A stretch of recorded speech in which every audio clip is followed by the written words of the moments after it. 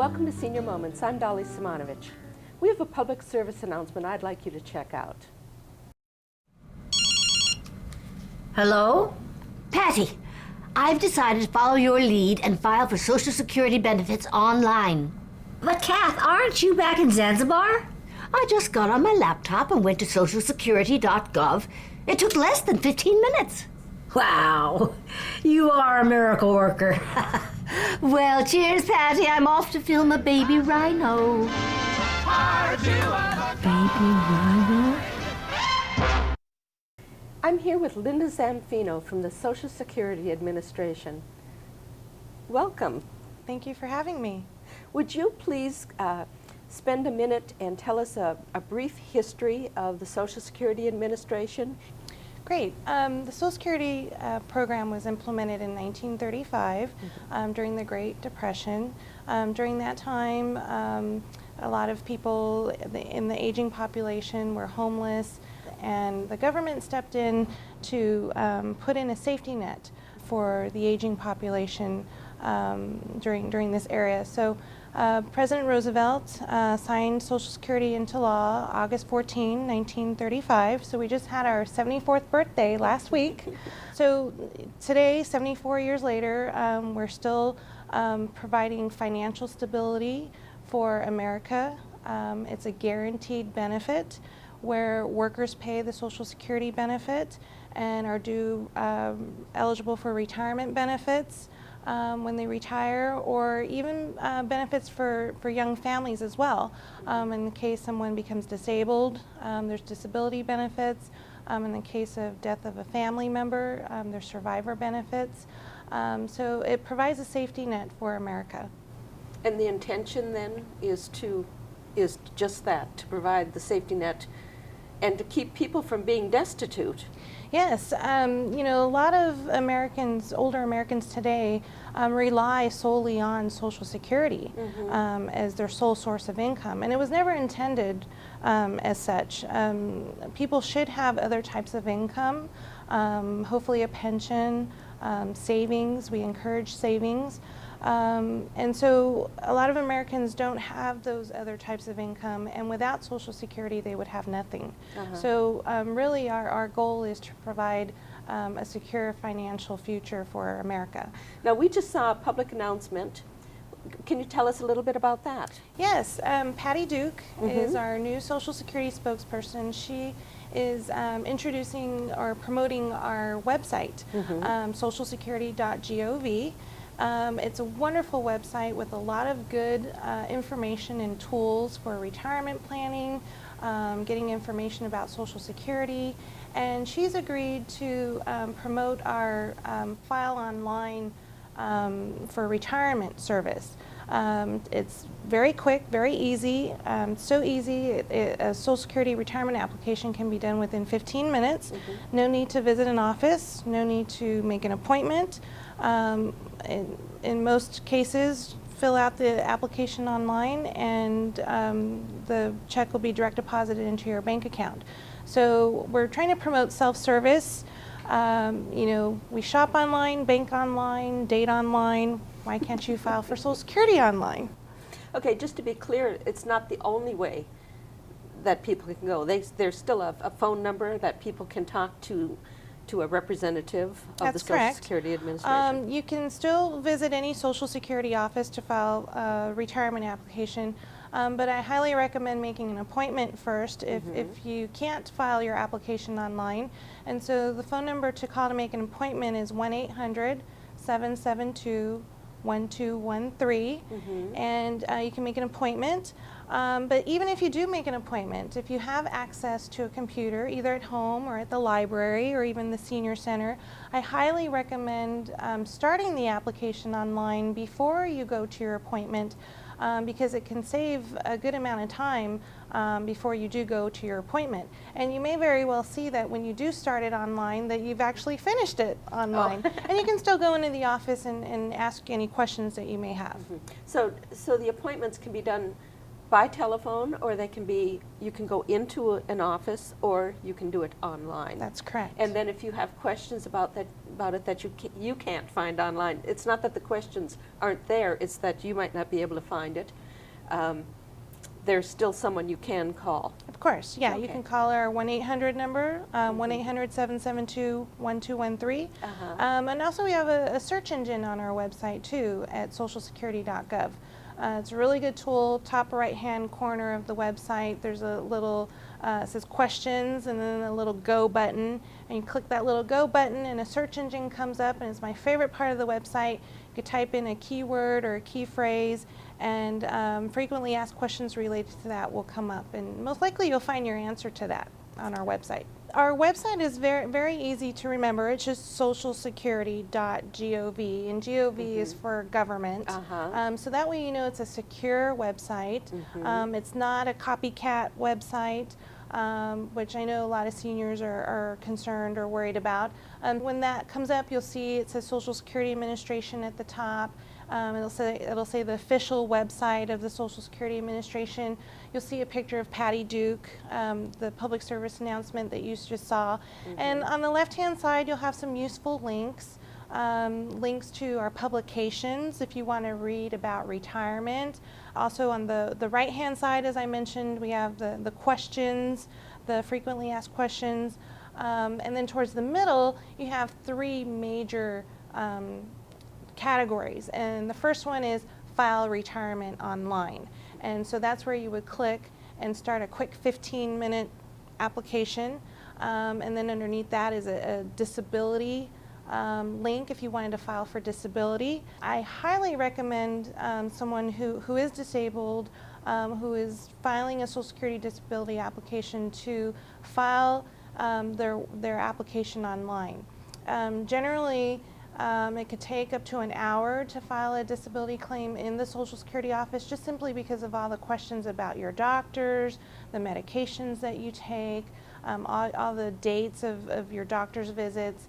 And when you start that online at home or at the library, you're able to take your time, look at your prescription bottles, look at information about your medical records, and take your time and enter that information online. And you don't even have to finish it in one sitting. You get a re-entry number where you can go back in and start where you left off. And I can say that it saves a tremendous amount of time, and it actually delivers a better product when you are trying to file your disability claim. And then in terms of retirement, we have a lot of good tools where it's called the Retirement Estimator. You would just go in and put in your name, your date of birth, and some identifying information, and tell it when you're going to stop working. You're going to stop working at 58 or at 59, and it would calculate an estimate for you based on the different scenarios that you tell it. So it's a very interactive tool in helping you plan for your retirement.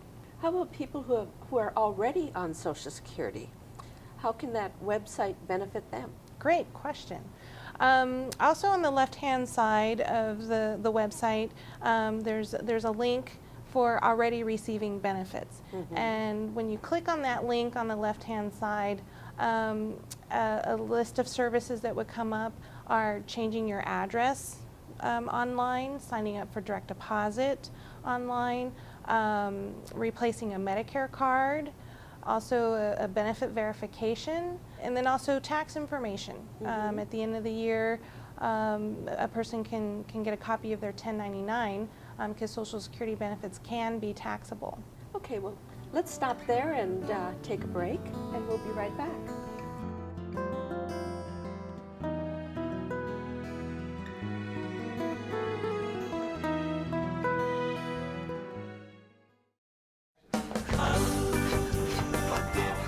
Filing for Social Security online is a lot easier than relearning the Watusi.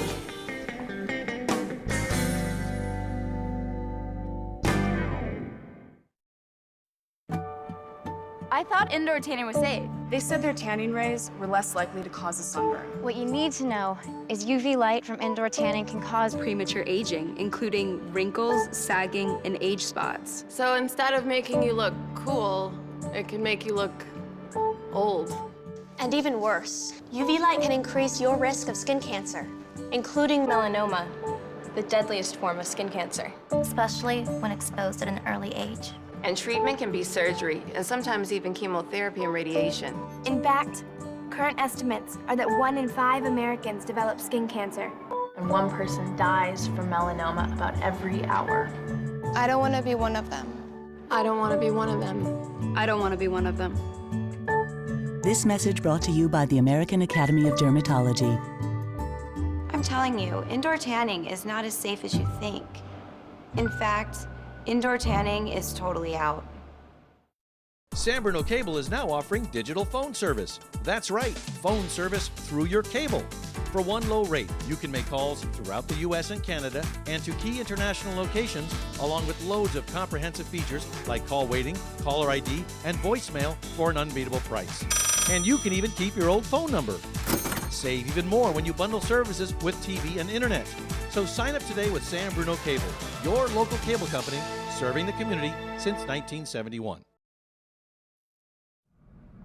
Filing for Social Security online is so easy, a beatnik can do it with his laptop in any malt shop.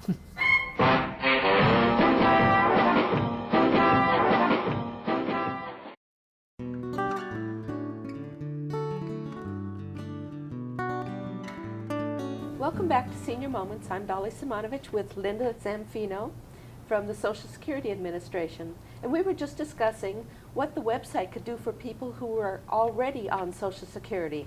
And you were telling me about, that people could change their address and so on the website. But how about major changes like divorce and remarriage, and, things like that? What do people do? Well, major changes like that, a person should visit their local Social Security office or call the 1-800 number to report that change. Because a lot of times when there's a major change like that, there are possibly other benefits that an individual could be eligible for.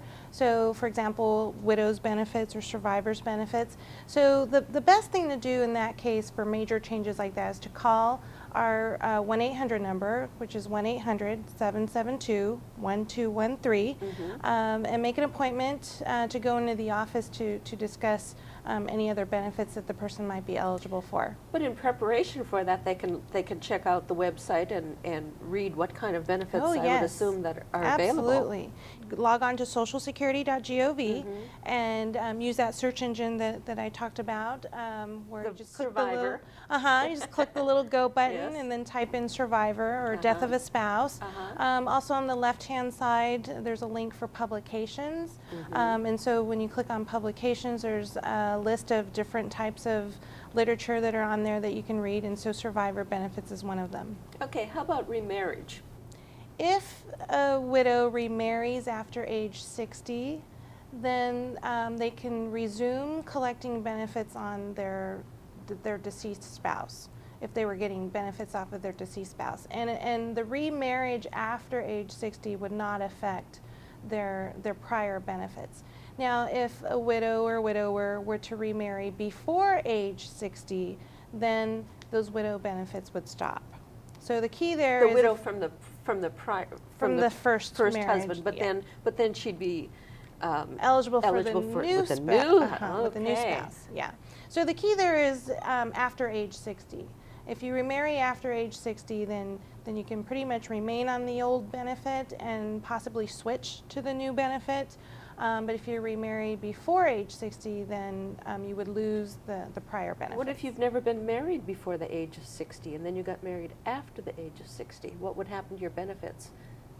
Let's say you worked all your life, and so your benefits would be higher than as a spouse. What would happen? Would you be eligible on either one, whichever is the most? If you're eligible for your own Social Security, you get the higher of the two, either your own or half of your spouse's. You never get yours plus your spouse's. So it would either be yours or a combination of the two to equal the higher of the two. I see. How about when somebody dies? Should they notify the Social Security Administration that the number is no longer good, or is just notifying them to stop the Social Security payment, is that enough? Well, in the event of a death, yes, absolutely. It needs to be reported that the person is deceased. If the person is receiving benefits, of course, the benefits would be terminated. If a person is not receiving benefits, it's just coded on the system that this individual is deceased. And so in an event like that, yes, you should always report a death. You said before that a person can set up their own retirement. Can you get a little bit more specific in that? What do I do? I mean, I know I can go in there and set it up, but how do I know what I want? Should I retire? What do I do? I mean, is it the right time? Is there anything on the website that can help me? Yes, we have a lot of retirement planning tools on our website. So when you're thinking about retirement, first thing you should probably look at your statement that comes in the mail every year, 3 months before your birthday. That's a very good start to kind of get an idea of what your benefits would be. And then go to socialsecurity.gov, and the top left corner of the website, there's a tab that says Retirement. You would click on Retirement. And then on the next screen that comes up, you would click the second link that says Calculate Your Benefits. And when you click on that link, at the top of the next page, there'll be a link that says Retirement Estimator. And that's where you can go in and tell it that you're going to stop working at 58 or at 60 or whatever age that you think you're going to retire. And then it would give you some new estimates. And then after you've given that some thought about how much your benefit would be, you can start your application online, and you can file up to 3 months before you're actually ready to collect benefits. Well, what do they recommend? Do they recommend doing it 3 months ahead, or should you wait till after you retire? Or it would probably be a good idea to start it as soon as possible, as soon as you know that it's definite. I am going to retire on this date. And if that date is in the future, it would be best to start that process as soon as you're sure of that date. Like even 6 months in advance? Well, you can only do it up to 3 months. 3 months in advance to file for the benefit. So a lot of times you're thinking about it maybe 6 months beforehand, and then maybe 3 months before the definite date that you think you're going to retire. You can go online, do this Retirement Estimator, file the application online, and then that way in the meantime, if you have any questions or if you change your mind, you can always make those changes in time before the actual date. So if the date arrives and all of a sudden another opportunity arises, you can cancel that payment. Yes, things are always changing. This is your plan as of now, and you're scheduled to get your payment, in November, and this great opportunity comes up to start a new job. You can always report that you've gone back to work, and you can either withdraw your application or just suspend it. So it's not written in stone; it's only written on computer. Yeah, okay. What about people who are within like 10 or 15 years of retirement? Is there something on the website for them? Well, in terms of retirement, yeah, again, you could use some of the calculators that we have online, the publications that talk about retirement, so preparation for retirement. But there's other things on the website too in terms of replacing a Social Security card if you've lost your Social Security card. Also, we have a very popular topic around Mother's Day, which is called America's Most Popular Baby Names. It's a good Mother's Day favorite where people can look at some of the names for naming their newborn babies. Identity theft is another big topic that people have today. You can go online and look at publications about identity theft. Also on the front page of the website, There's a little section on the right that says information about, and then when you click on that little area, it'll have a drop-down menu. And so there's identity theft, the America's most popular baby names. Also, we have a program called Wounded Warriors for military veterans who have come back with a disability, or just simply a military veteran that has a disability. We have a disability program for that too. Now, I know you said your website's secure, but still, it's kind of scary to put all that information out there. What can we do to hinder or stop identity theft? Okay, the first thing everyone should do is take their Social Security card out of their wallet. For some reason, people tend to carry that Social Security card with them. Well, we were told to do that. Well, you when shouldn't. we first started out. I mean, you know, Well, you didn't just give your Social Security number to an employer. You gave the card, you know, the whole thing to prove that that's your number. Well, times have changed in many, many ways. One being identity theft. So with that now being a big problem, people should not carry their Social Security numbers or cards with them. It's very, very rare that you would ever have to show the card to anyone. And the times that you would is if you were filing for a new job. And even then, employers can verify Social Security numbers online. An employer can register to verify Social Security numbers, so they don't really even need to see the card. So you should never give out your number unless it's absolutely necessary. And the only times that it's really absolutely necessary is maybe if you're opening a bank account or if you're filing for a credit card.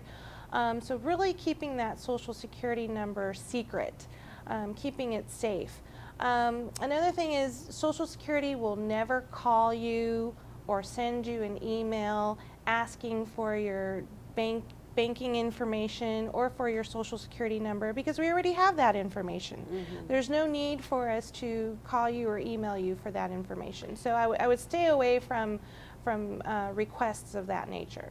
Okay. Here's the big question. Will Social Security still be around in 10 to 15 years? Absolutely. 10 to 15 years it'll be around. Currently we operate at a surplus. So in other words, the Social Security taxes that come in currently are more than the benefits that we pay out. So there are reserve monies in the Social Security Trust Fund. However, in 2016, if there are no changes made to the program, we will have to start using some of those reserves. So in other words, in 2016, the taxes that come in through payroll taxes will not be more than what we pay out in benefits. So we will have to start using some of the reserves in the trust fund. And the reason for that is the demographics are changing. You have a large population of baby boomers who have started retiring as of last year, as a matter of fact. And the baby boomers are defined those born 1946 to 1964. And we estimate close to 80 million baby boomers will be retired at some point. And so in 2016, we'll be paying out more benefits than we take in. And again, if no changes are made in 2037, the reserves will have been depleted, and so then we'll only be operating on the current taxes that come in that year in 2037. And that's projected to cover about 73 to 78% of the promised benefits. So, you know, we've got some time to make some changes to make sure that it continues beyond 2037. But a lot of that lays in the hands of your legislature. Congress ultimately has the power to make changes to the program, and so Social Security Administration just carries out what Congress changes by law. Well, it's nice to know that we have reserves. I've thought that the government's already raided the reserves. No, they're still we there. operate at a surplus, and so there are reserves. So we have challenges ahead, most definitely, but they can be fixed. There are solutions that can resolve the problem. It's just getting Congress to make work those on them, changes. to move on it, yes. Yeah. There's something about SSI, Social Security income. What is that? SSI is Supplemental Security Income, and again, on socialsecurity.gov, there's a tab at the top right-hand corner of the website. And SSI is a Social Security benefit program for those that are over age 65 or disabled that are of limited income and limited resources. So it's not part of the Social Security Trust Fund that we talked about earlier with retirement and disability and Medicare.